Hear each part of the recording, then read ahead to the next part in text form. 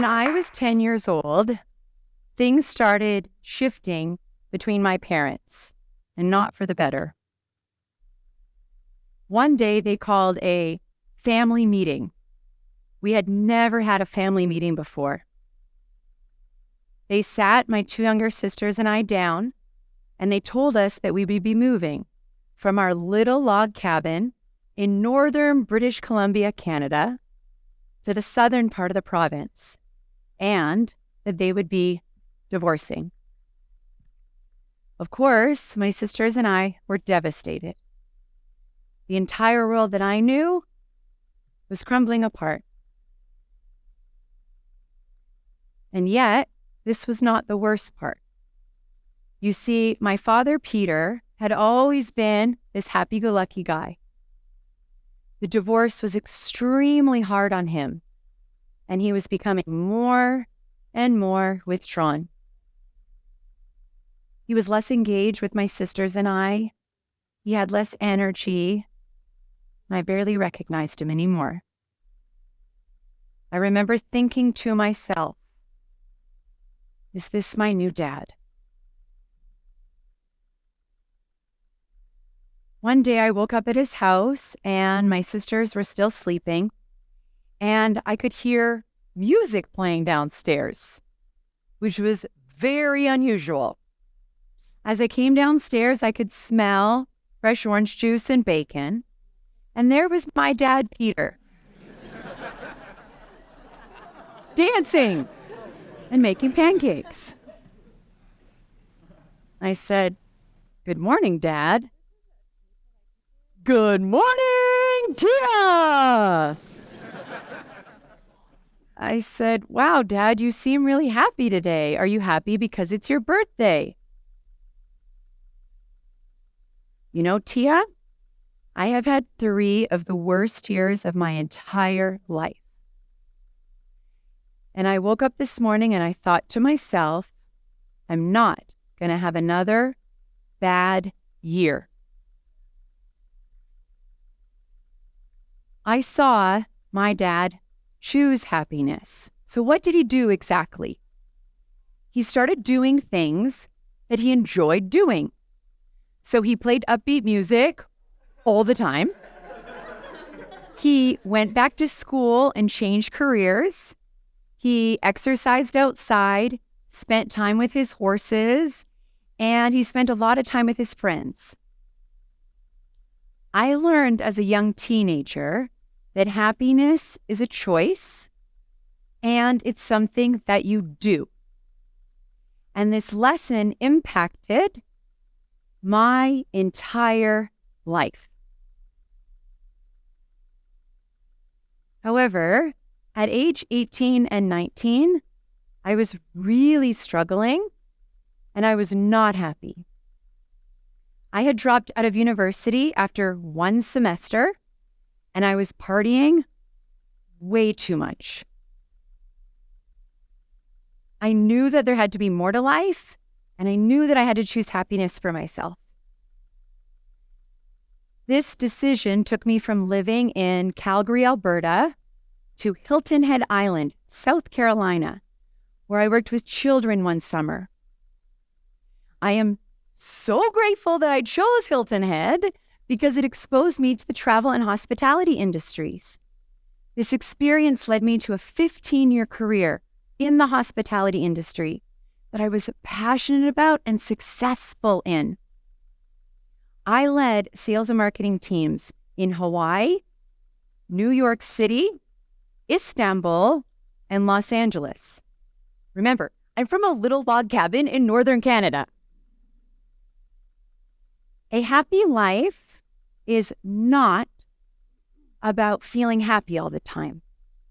This is a huge misconception. A happy life has more positive than pain. We all have pain.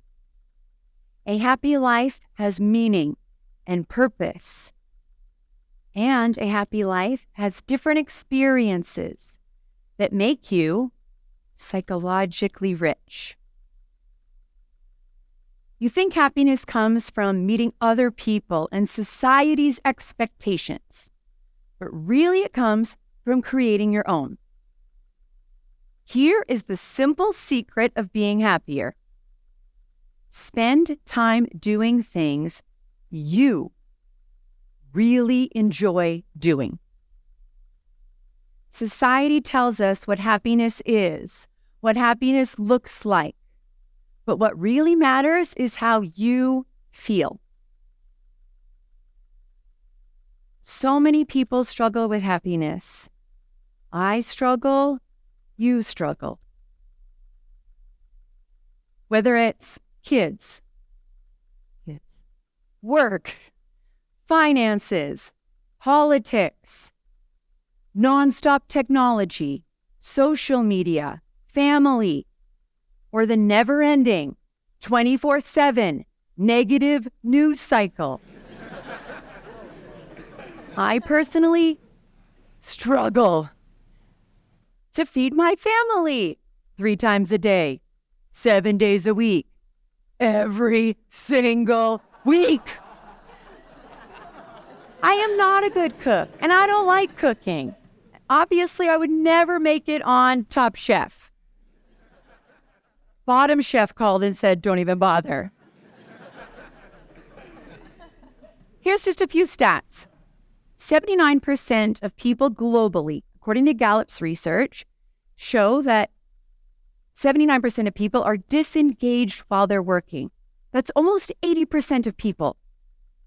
Many people doing work that they don't like or that's not meaningful to them. Also, according to Gallup's global research, 41% of people have a lot of stress and worry on a regular basis. The World Health Organization said 1 in 4 are not getting enough exercise.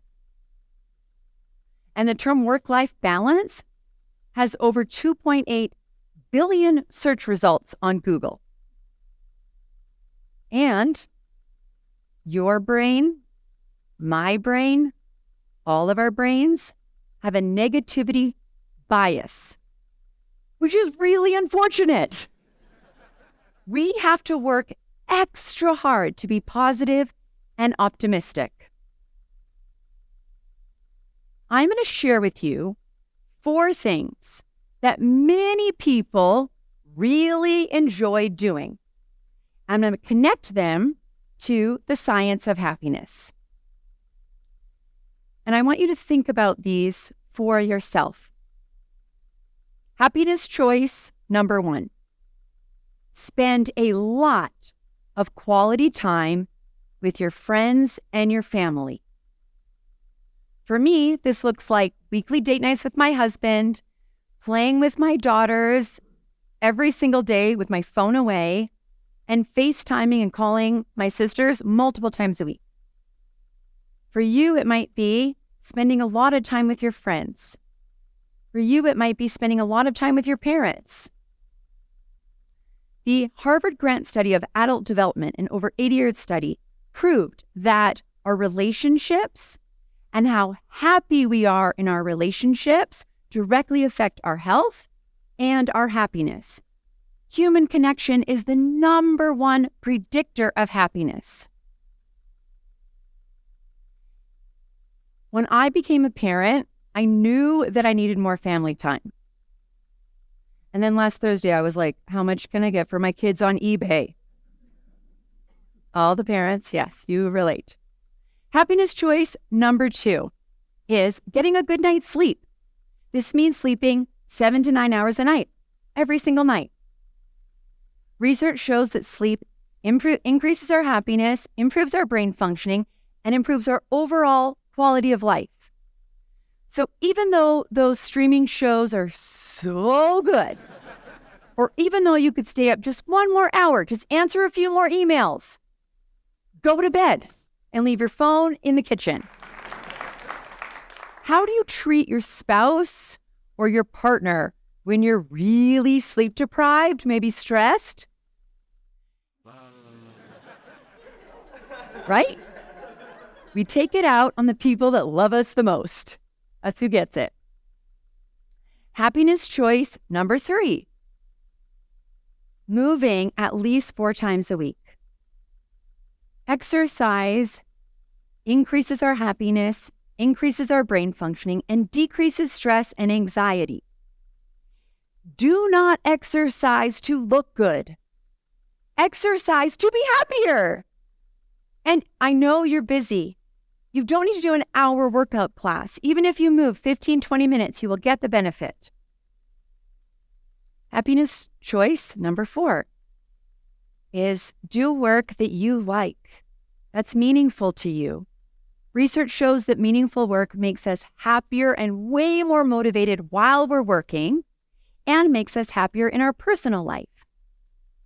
And if you're not at the opportunity right now to change jobs or change careers, just spend more time helping people and your work will be more meaningful. There are many other happiness choices, such as spending time in nature, meditating, volunteering, journaling when you're going through pain. It's about you. When you spend your time doing things you really enjoy doing, you operate at a higher level. Happy people are more productive while they're working. A recent Oxford-MIT study of over 6,000 people proved that people who felt happy while they're working are 13% more productive. That means you work faster and you work smarter. And happy people are more successful. Dr. Martin Seligman, the father of positive psychology and many others, studied close to 1 million people over 5 years. And the research showed that people who are happy while they're working were 4 times more likely to receive an accolade, 4 times more likely to receive a promotion. So it directly connects to your career success. Happy people are healthier and live longer. So on one extreme, there's being really selfish, only caring about yourself. On the other extreme, there's doing what everyone else and what society expects of you.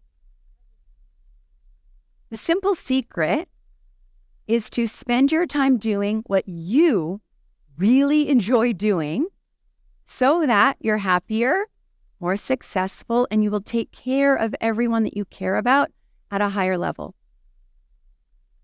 What you enjoy doing may change over time.